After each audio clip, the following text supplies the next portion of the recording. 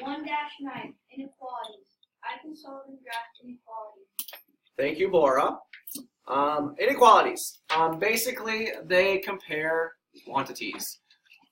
Okay, we have our symbols for inequalities. I don't know how new this is to you or not, but you now have less than or equal to and greater than or equal to.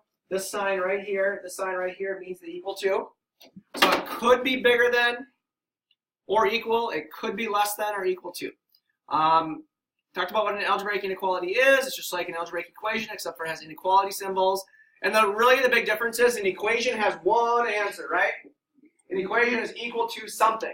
An inequality has a ton of answers. Therefore, we have a solution set, all possible answers, or it could have a ton of answers. Okay, so when we're talking about a solution set, we're talking about more than one answer, and inequalities give you solution sets. Okay, writing an inequality is very important. No more than we talked about keywords. We just talked about keywords later on in our notes and how to write them. So practice writing inequality, and then for our solution sets and graphs, we practiced writing inequalities again, and then we practiced graphing them. What does an open circle on a graph mean? So if I give you, before you answer that, x is bigger than 3, how would you graph that? You would put an open circle on 3, and you would draw a line going this way. What does this open circle mean, though? What does that open circle mean, Sophie? It cannot include 3, but it could include 3.000001, couldn't it? It could be anything bigger than 3. Okay, but it can't include 3, therefore we use an open circle.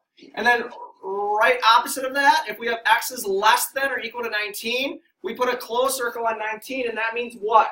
There's a closed circle on 19, and that means other people hadn't. It includes 19 and anything less than 19, right? Okay, and that would be our solution set. So when we talk about solution sets, we talk about all the possible answers. For number 9, it would be 19 and everything less. And then we solve inequalities. Do we solve inequalities any different than we solve algebraic equations? No, we still need to get the variable alone now. We still need to clean up. We still need to do our properties of equality. We just have an inequality sign instead of an equal sign. And then we graph them. And we just talked about graphing this. Number 10, you can see the entire work. You can see the graph. Number 11, you see all of the work, and you can see the graph. Why did we decide to subtract 22 first?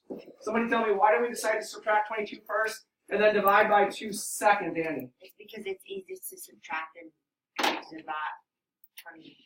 Yeah, just like, what is the easiest thing to start this problem with? And the easiest thing was to get rid of the 22 first. We graphed our answers, and then number 12, we practiced a word problem, which we needed to write the inequality, and we did. We solved the inequality, we did, and then we graphed the inequality to show all of the possible solutions, which we did. Questions? Luke? Alex? I got a comment. Yes. You know on the number line? Yeah. You know the arrow? Yeah.